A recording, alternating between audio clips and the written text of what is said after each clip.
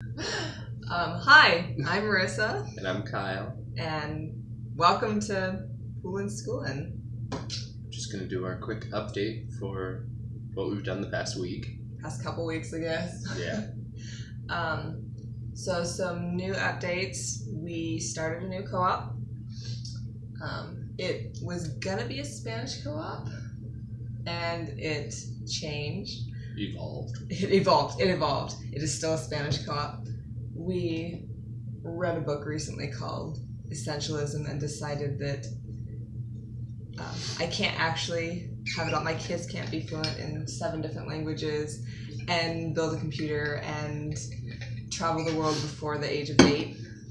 And so I had to kind of pick and choose where I was putting efforts, and I decided that I was not willing to, that putting my efforts in some place other than making myself fluent in Spanish, because I'm not, would be more important. So when I went to back out of it, the other 2 moms we went through and we did a lesson, and it worked so well because one of the moms is fluent and the other one loves to read and do songs, and I love to do games, and that's what stresses the other 2 out. So it just balanced so well that they talked me back into it. And then we added a STEM section, so we spend half our time they do their Spanish thing and I do the games for them. And then we switch over and we have the kids do STEM for an hour, some big STEM project for an hour. And we've been doing all sorts of crazy things, like they had to get little stuffed animals into a bucket that was mounted at the top of a door without touching the stuffed animals. So they had to build different contraptions, and we have some pictures on our Instagram if you are interested in seeing how that turned out.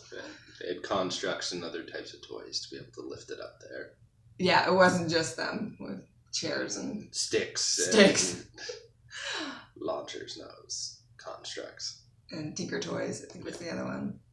And that's the newest thing we've become. There's also, for physical activity, there's gymnastics, which we have a 6 and a 4-year-old. For the 6-year-old, it was gymnastics, but we decided to focus on just tumbling and trampoline.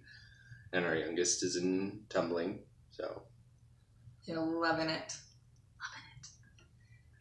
And yeah, right now, we are in the process of, I guess I decided that the state of my apartment is now impeding what I want to do for homeschooling. So I'm taking a few weeks to step back and just going through. We're using the KonMari method for any who are familiar with that. What's the book called? It's called The Life-Changing Magic of Tidying Up, I think is what it's called. But if you Google it, KonMari, it'll come up. And it's basically only having what's in your home, things that you love. We're taking it a step further and saying things that are essential to the lifestyle we want. And so we've been relying heavily on our co-ops and our external classes. Become a huge believer in co-ops recently. Not that